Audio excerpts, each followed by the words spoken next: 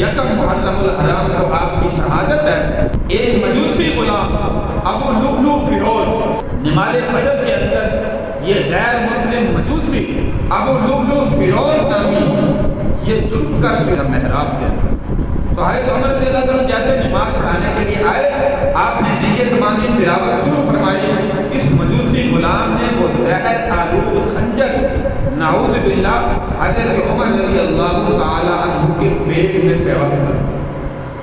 جس کی تاب نہ لاتے ہوئے آپ گئے اور پیچھے سے حضرت عبد الرحمن بن عوف رضی اللہ تعالی عنہ کو آگے مصلی پر کیا تاکہ نماز مکمل کر سکے۔ اب اس نے حملہ کر کے بھاگنے کی کوشش کی، لیکن آپ جانتے ہیں کہ وہ صحابہ کی صفیں تھی، صحابہ کندھے کے ساتھ کندھا ملا کر کھڑے ہوتے تھے، صحابہ کی صفوں سے کوئی نکل نہیں سکتا تھا۔ جب اس نے دیکھا کہ میں یہاں سے نکل نہیں سکتا، حالانکہ صحابہ تو پکڑ بھی نہیں رہے نماز میں، لیکن نکل نہیں سکتا تھا، جب نہ نکل سکا تو خنجر سے صحابہ پر حملہ کرنا شروع کیا، جو سامنے آئے اس پر حملہ کرتا ہوا نکلنے کی کوشش کی۔ کچھ صحابہ جو تاخیر سے آئے، انہوں نے جب یہ معاملہ دماغ میں دیکھا اس کو بھاگتے ہوئے، تو جب اس نے جو ہے وہ دیکھا کہ مجھے پکڑ رہے ہیں، وہی خنجر اپنے پیٹ میں مارا اور خود وہاں پہ جہنم نصیب۔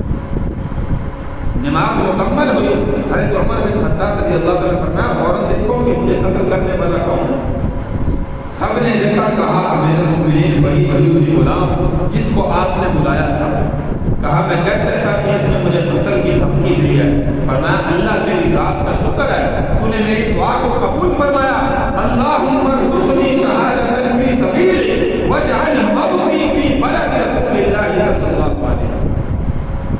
آخری میدان جہاد سے اس سفر سے جب واپس آ رہے تھے، حضرت عمر رضی اللہ تعالیٰ راستے میں قیام کیا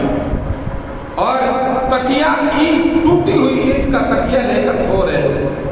آسمان کی طرف دیکھ کر دعا کر رہے تھے، اور یہ الفاظ زبان پر تھے، اللہم ارزقنی شہادۃ فی سبیلک واجعل موتی فی بلد رسول اللہ صلی اللہ علیہ وسلم، اے اللہ مجھے شہادت کی موت عطا فرما اور مجھے اپنے نبی کے مقدس شہر مدینہ میں موت عطا فرما۔